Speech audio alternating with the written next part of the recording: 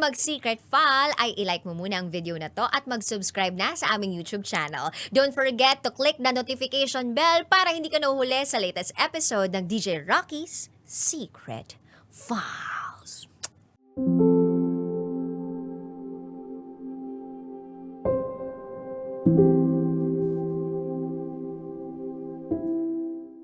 Hi DJ Titangelo at Rocky Terra.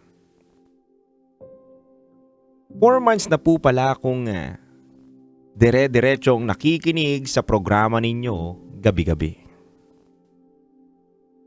Sa totoo lang po, bumili pa ako ng maliit na radyo para mas damang-dama ko yung experience na nakikinig ulit sa radyo habang nagpapaantok. Pero imbis na antukin ako, mas nagigising ako sa mga kwento na para bang ako yung nasa istorya. Ako po pala si Rogie, 31 years old, negosyante at single mother sa isang 9 years old na bata. DJ Titangelo at DJ Rocky. Nais ko lang po sana ikwento ang aking storya na masyadong makulay. Na hanggang ngayon, sariwa pa rin sa aking memorya ang lahat ng pinagdaanan ko sa aking buhay.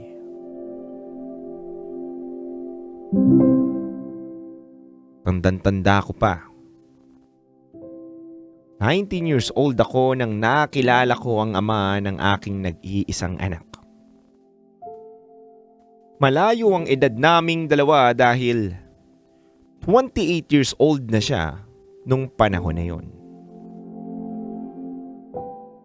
Masaya at okay naman ang aming naging pagsasama.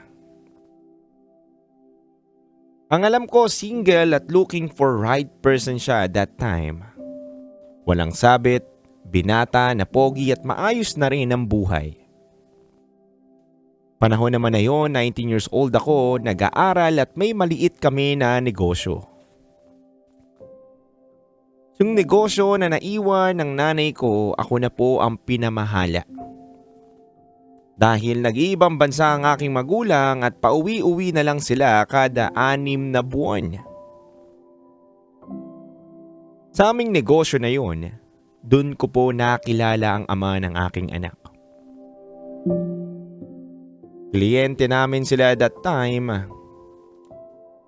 Sa simpleng small talks hanggang sa lumalim na ng lumalim ang aming interes sa isa't isa. Itago na lang pala natin sa pangalang William ang ama ng anak ko.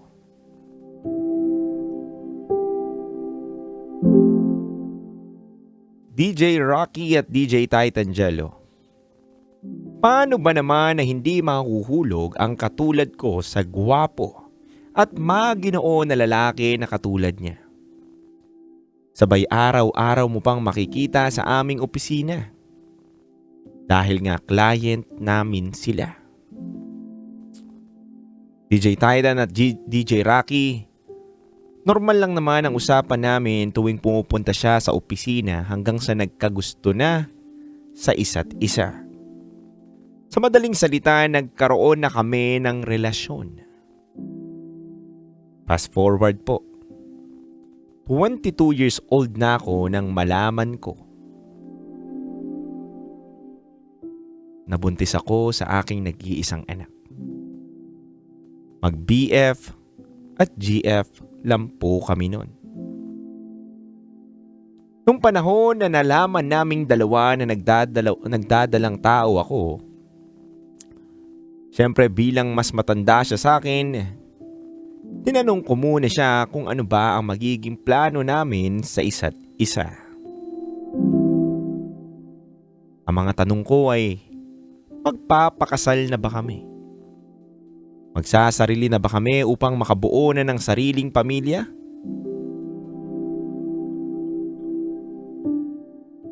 Yan ang aking mga tanong na hindi na kayang sagutin nung mga panahon na yon.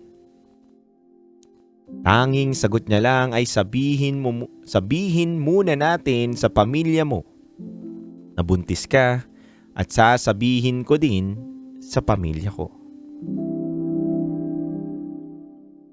DJ Titan Jello at Rocky Terra, agad-agad naman naming sinabi sa kanya.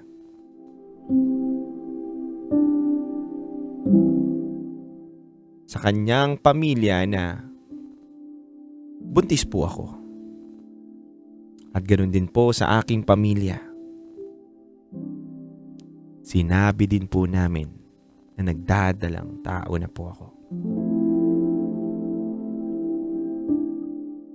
DJ Titan Jello at DJ Rocky Terra, nagulat ako sa mga sinabi niya sa pamilya ko at pamilya niya na wala naman sa naging pag-uusap namin. Sinabi niya na papakasalan ko po si Rogie dahil nabuntis ko siya. Hindi ko naman hahayaan na lalaki ang bata na walang ama at sisiguraduhin ko na bibigyan ko ng buo at maayos na pamilya ang anak ko. Ang sarap pakinggan sa tenga DJ Titan Jello at Rocky Terra.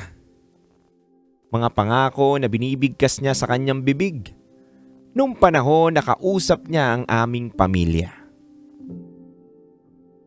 Ang dami niya biglang plano. Sinabihan niya pangako na mag-iibang bansa na muna siya upang mas makaipon kami. Tatanggapin niya daw yung matagal nang ino-offer sa kanya ng kaibigan niya na trabaho sa ibang bansa. Ang lagi niya pang sinasabi sa akin, upang sa ganun daw mas safety na namin ang aming pamilya.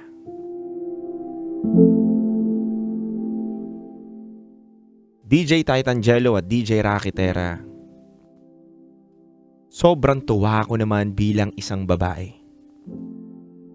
Pakiramdam ko na mahal kami ni William. Agad naman ako sumuporta sa kanya. Lahat ng pwede kong itulong para mapabilis ang pag-alis niya ng bansa ay ginawa ko. Dahil nakikita ko naman sa kanya that time na maganda ang intensyon niya na umalis at magtrabaho para sa aming pamilya. 1 taon lang daw ang gugugulin niya at babalik agad siya sa Pilipinas. At hindi ko pa malilimutan na pangako niya sa akin, DJ Titan Jello at DJ Rocky Terra. Sa kanyang pagbabalik daw ay magpapakasal na daw kaming dalawa.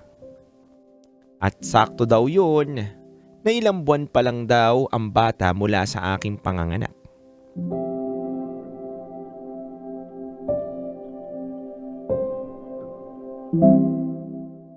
DJ Titan at DJ Rocky Terra, buong puso akong naniwala sa kanyang magandang pangako.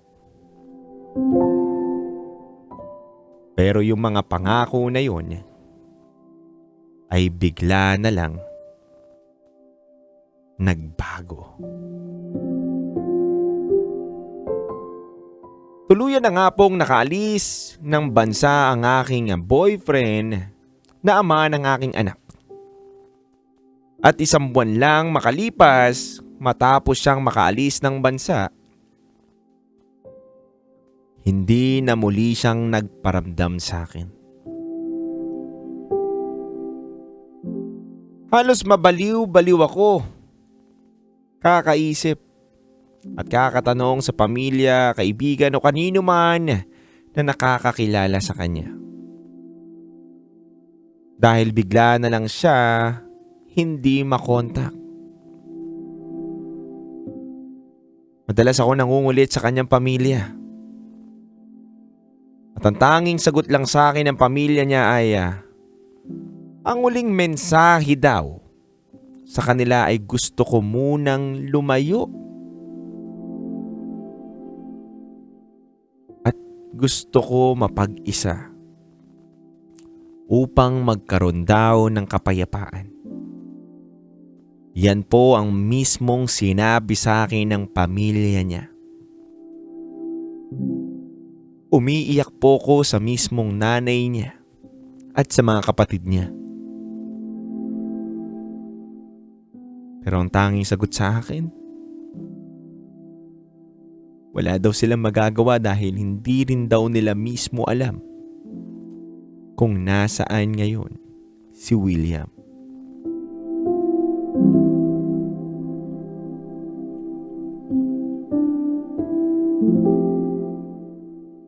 Tanong ko tuloy sa sarili ko, DJ Titangelo at Rakitera. Anong kapayapaan ba ang gusto niya? Bakit bigla na lang siyang hindi nagparamdam sa akin?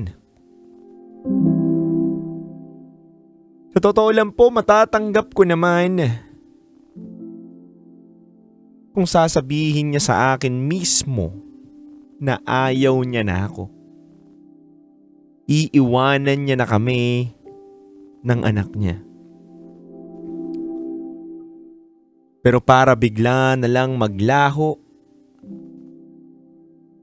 at mag-iwan ng tanong sa aking isip na ano na lang yung mga napag-usapan namin na plano?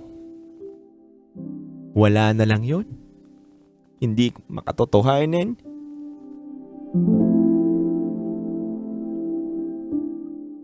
Babalik pa ba siya? Ang dami pong tanong, mga kabisyo, na hindi ko masagot. Na walang pwedeng makasagot kundi yung tao lang na nang iwan sa akin at sa anak ko.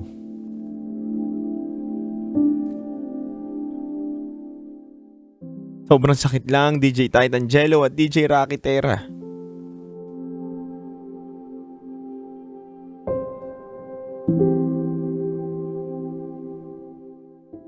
Sa totoo lang,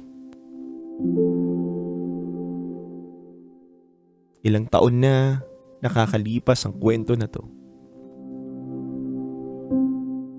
Pero sariwa pa rin ang sugat sa aking puso. Sariwa pa rin ang mga alaala sa aking utak. Na yung mismong ama ng aking nag-iisang anak ay bigla na lang naglaho. Mga kabisyo, nanghihingi lang sana ako sa inyo ng advice na dapat ko pa rin bang sabihin sa anak ko na gano'n ang ginawa sa amin ng kanyang ama. At dapat ko din bang ipagpatuloy ang paghahanap sa ama ng anak ko. Sa totoo lang po, kung ako lang at hindi para sa aking anak, napapagod na rin po ako. Ang hirap kasi maghanap ng taong ayaw naman magpahanap. Ang hirap maghanap ng taong nagtatago.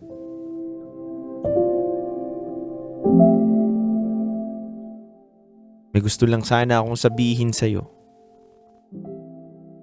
Alam ko na alam mo ang istorya na ito. Kung sakali man mapakinggan mo ang kwento na to, William,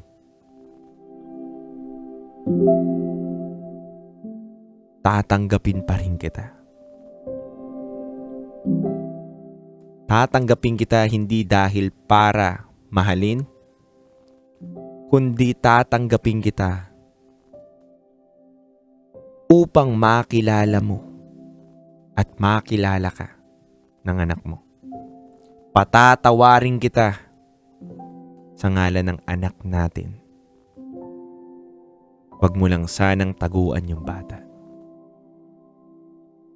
Muli mga kabisyo, ako po ito, si Rogie. At ito ang aking Secret Files.